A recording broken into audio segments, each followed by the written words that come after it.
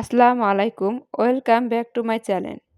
আজকে আমরা শোলা কচু দিয়ে মুরগির মাংস রান্না করব। মাংসগুলোকে সুন্দর করে কেটে ধুয়ে নিয়েছি। এখন বিসমিল্লাহ বলে রান্না শুরু করব। আমি কড়াইটা প্রথমে গরম করে দিয়ে এর মধ্যে তেল দিয়ে দেব। তেলটা গরম হয়ে গেলে এর মধ্যে ১ কাপ পেঁয়াজ ও মরিচ দিয়ে ভেজে নেব ৩ থেকে ৪ মিনিটের মতো।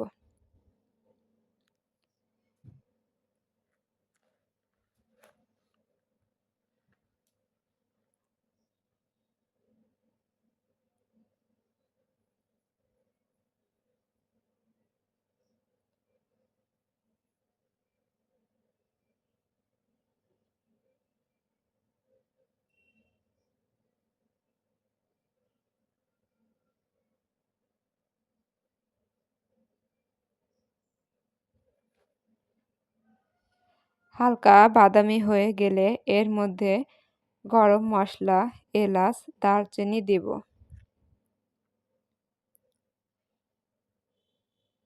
আরও দেব হাফ চামচ হলুদের গুঁড়া, ২ চামচ মরিচের গুঁড়া,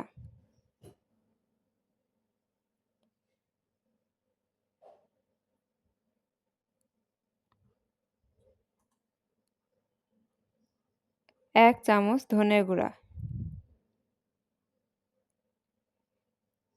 দিচ্ছি ১ টেবিল চামচ আদা বাটা,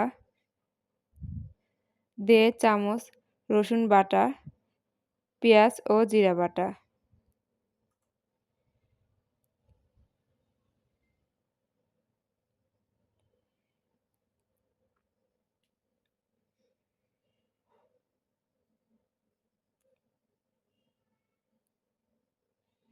আর দিচ্ছি ১.৫ চামচ লবণ।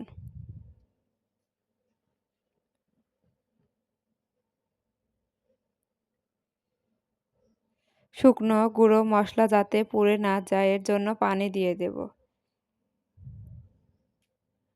দিয়ে মশলাগুলো ভালো মতো কষিয়ে নেব।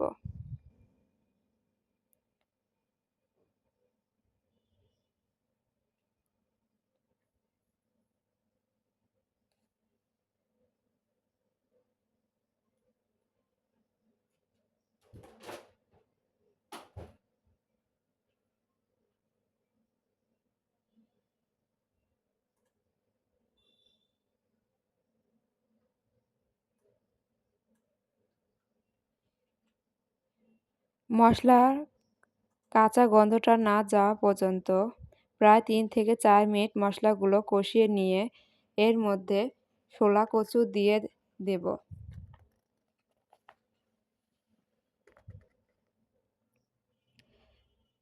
শোলা কচুগুলো ভালো করে একটু কষিয়ে নেব।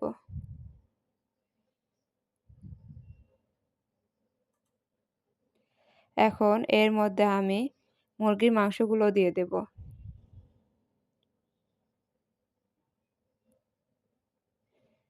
এখন নেড়ে-চেড়ে মশলাগুলোর সাথে মাংস মিশিয়ে কষিয়ে নিতে হবে।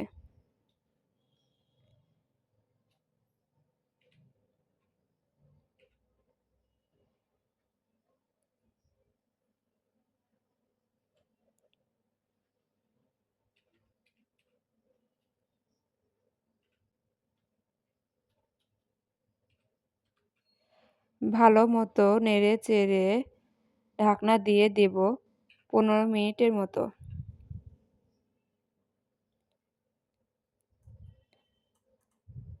তো ১৫ মিনিট হয়ে গেছে।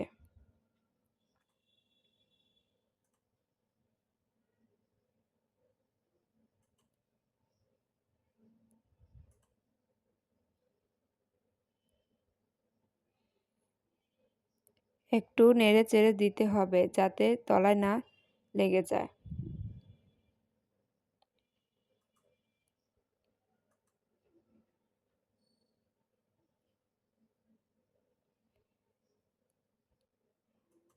আবার আমি ঢাকনা দিয়ে দেব।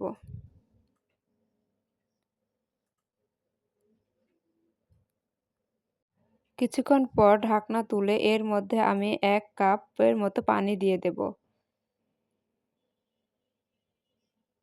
লো হিট থেকে এখন চুলার আঁচ হাই হিটে দিয়ে আবার কিছুক্ষণ নেড়ে চেড়ে ঢাকনা দিয়ে দেব।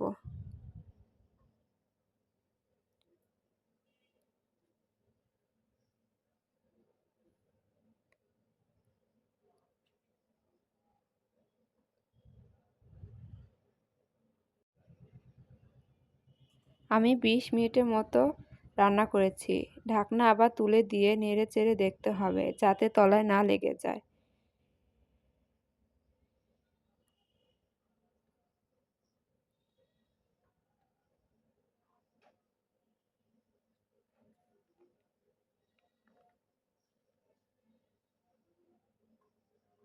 এখন আমার মাংস রান্নাটা হয়ে গেছে।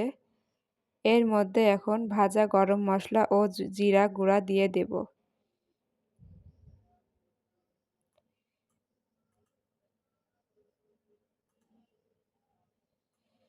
আপনারা লবণটাও একবার চেক করে নেবেন।